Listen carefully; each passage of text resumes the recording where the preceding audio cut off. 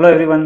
आज के वीडियो में हम लोग देखेंगे नॉमिनल वर्सेस इफेक्टिव यील्ड और रिटर्न। बहुत बार हमें कंफ्यूजन होता है कि क्या नॉमिनल रिटर्न और इफेक्टिव रिटर्न सेम है, और या अगर अलग है तो इफेक्टिव रिटर्न को कैसे कैलकुलेट करना अगर हमें नॉमिनल रिटर्न पता हो। तो आइए देखते हैं एग्जाम्पल के थ्रू। अगर सपोज आपने एक फिक्स डिपॉजिट रखा है बैंक के पास, यानी एफडी रखा है which is 8% and compounding annually. अगर ये एफडी आपका एनुअली कंपाउंड हो रहा है, मतलब क्या कि आपको साल में एक ही बार ब्याज मिलेगा। और अगर ये अज्यूम कीजिए कि ये एफडी 100 रुपए का है, यानी आपको साल में 8 रुपए ब्याज मिलेगा एक साल के बाद। तो इस केस में आपका जो रिटर्न है वो annual return and nominal return and effective return जो है वो सेम होगा। अब दूसरे केस में क्या होगा, सपोज यही एफडी 8% है बट सेमी एनुअली कंपाउंडेड है। सेमी एनुअली कंपाउंडिंग में क्या होगा कि आपको साल में 2 बार ब्याज मिलेगा हर 6 महीने बाद। तो आपको कितना मिलेगा, 4%, यानी 100 रुपीज की एफडी के लिए 4 रुपीज आफ्टर एवरी 6 मंथ।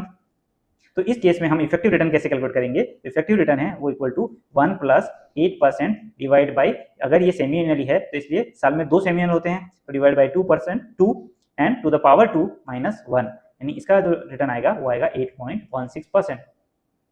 तो आप देख सकते हैं इफेक्टिव रिटर्न जो है वो ज्यादा है compare to your nominal return. अब सेम एफडी अगर आप क्वार्टरली कंपाउंडिंग करते हैं तो आपको कितना मिलेगा, 2 रुपीज आफ्टर एवरी क्वार्टर।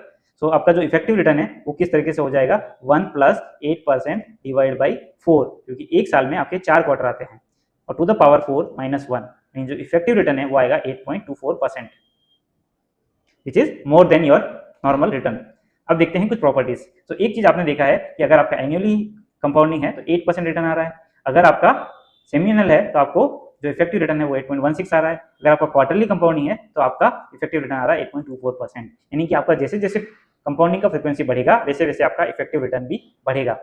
और दूसरा जो है, जैसे हमने अज्यूम किया है इफेक्टिव रिटर्न में कि जो भी ब्याज हमें मिलेगा, यानी जो भी इंटरेस्ट अमाउंट हमें मिलेगा वो हम वापस री इन्वेस्ट करेंगे वही रेट पे जिसमें हमने एफडी रखा था। तो इस केस में जैसे कि हमें सेमी एनुअल के केस में अगर 4 रुपए ब्याज मिलता है, वो 4 रुपए हम वापस 8% पे री इन्वेस्ट करेंगे। इसमें जो अजम्पशन है वो है री इन्वेस्टमेंट का।